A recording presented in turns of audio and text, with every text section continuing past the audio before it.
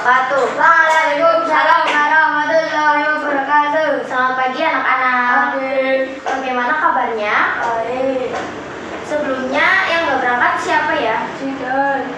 Oh, Zaidan kenapa? Tahu. Sakit apa gimana? Sakit. Ya, Ibu guru absen dulu. Sebelum Makela Farasti, Ilmi Zulahmat Hanafi, Zaidan Sultan Swendra.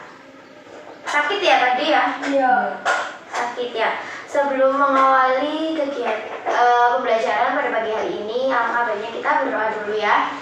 Berdoa dimulai. Bismillahirrahmanirrahim. Alhamdulillahirabbil alamin. Arrahmanirrahim. Maliki yaumiddin. Iyyaka na'budu wa iyyaka nasta'in. Ihdinas siratal mustaqim. Siratal ladzina an'amta 'alaihim ghairil maghdubi 'alaihim waladdallin. Amin. Anak-anak, pada pembelajaran pada pagi hari ini itu keteladanan Umar bin Khattab. Kalian tahu nggak Umar bin Khattab itu siapa? Ibu guru ada satu nyanyian begini, dicontohkan dulu ya oleh ibu guru.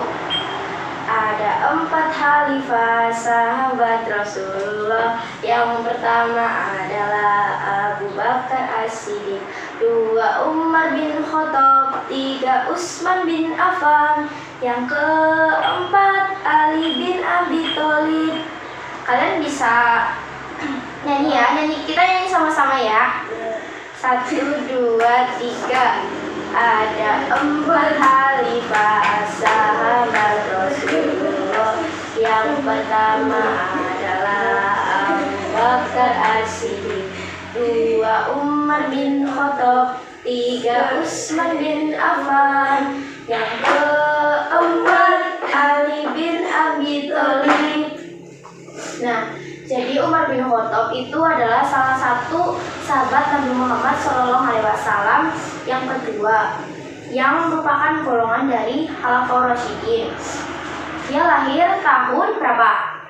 Tahun berapa anak-anak? Tahun 581 Masehi. Nah, Umar bin Khattab itu mendapat julukan apa ya dari Nabi Muhammad SAW? Al-Faruq, yaitu apa artinya anak-anak? Al-Faruq itu artinya pembeda. Jadi Umar bin Khattab mendapatkan julukan itu karena dia bisa membedakan antara yang baik dan yang buruk. Gitu ya teman-teman, anak-anak semua. Kalian tahu nggak apa itu sifat-sifat yang kita teladani dari Umar bin Khattab dalam kehidupan sehari-hari kita? Itu ada apa saja ya anak-anak? Baik. Iya baik, benar. Yang pertama adalah pemberani. Pemberani di sini itu gimana? Umar bin Khattab itu ngapain jadi berani?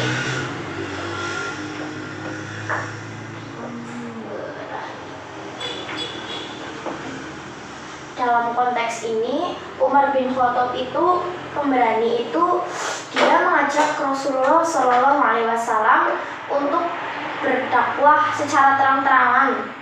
Sebelumnya kan Nabi Muhammad SAW, Rasulullah sendiri kan itu berdakwah secara bersembunyi-sembunyi. Dengan Umar bin Khattab masuk ke dalam Islam, Umar bin Khattab itu masuk Islam pertama kali karena apa anak-anak? Iya, bersahadat. Bersahadatnya itu karena ada sesuatu hal supaya mengguncang hati Umar bin Khattab agar masuk Islam atau bagaimana anak-anak? Gimana? Jadi Umar bin Khattab masuk Islam itu setelah mendengar lantunan ayat apa? Ayat suci Al-Quran yang dibacakan oleh Fatimah, adiknya sendiri. Setelah itu Umar bin Khattab pergi ke Rasulullah SAW beserta sahabatnya ke tempat Rasulullah dan sahabatnya berkumpul. Rasulullah pun bertanya, "Wahai Umar, kamu ngapain di sini?" Gitu ya. Terus dia melantunkan syahadat. Gimana lantunan syahadat, anak-anak? Gimana? Iya, asyhadu alla ilaha illallah wa asyhadu anna Muhammadar Rasulullah. Setelah itu Umar bin Khattab mengajak Nabi Muhammad untuk dakwah secara terang-terangan. Sifatnya yaitu pemberani. Yang kedua apa? Yang kedua itu sifatnya adalah sederhana.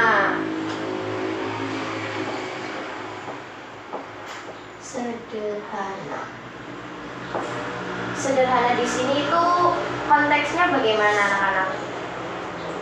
Sederhana di sini itu Umar bin Khattab kan seorang pemimpin ya, seorang pemimpin, tetapi dia itu hidupnya tidak bermewah-mewahan, hidupnya sederhana. Contohnya bajunya saja tidak bermegah-megahan seperti yang lain. Yang ketiga itu adil ya, adil. Adil di sini itu adil dalam apa? Adil dalam menegakkan hukum. Dalam menegakkan hukum ini contohnya seperti keluarga Umar bin Khattab melanggar sesuatu hukum yang ada lalu diberi sanksi, begitu ya. Yang keempat, tanggung jawab. Tanggung jawab.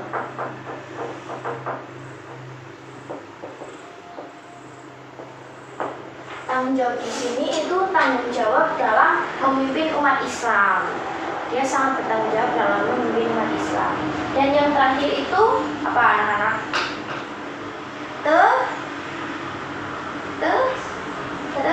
Iya, tegas dalam keadilan.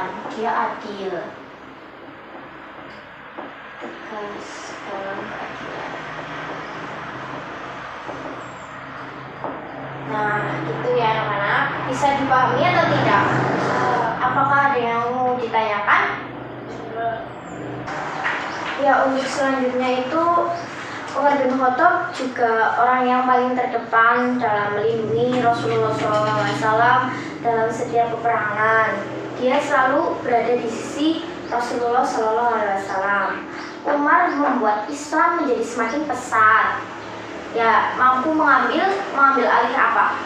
Anak-anak mengambil alih Mesopotamia, sebagian Persia, terus mengambil alih Mesir, Palestina, Afrika Utara, Suriah, dan Armenia dari Kekaisaran Romawi.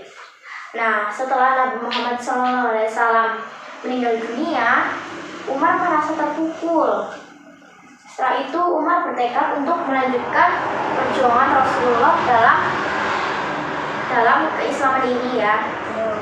Dia juga mengubah tatanan pemerintahan. Umar mulai melakukan sensus dan mulai menghitung penanggalan Islam saat peristiwa hijrah. Nah, itu yang disebut yang awal mula adanya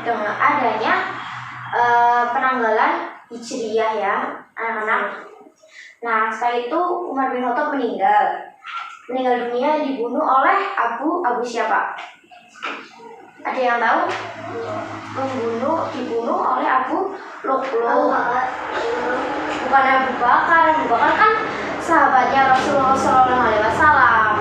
Sahabat yang pertama, yang kedua itu tadi kan udah nyanyiin. Gimana sih? Abu Lu'lu' saat hendak apa?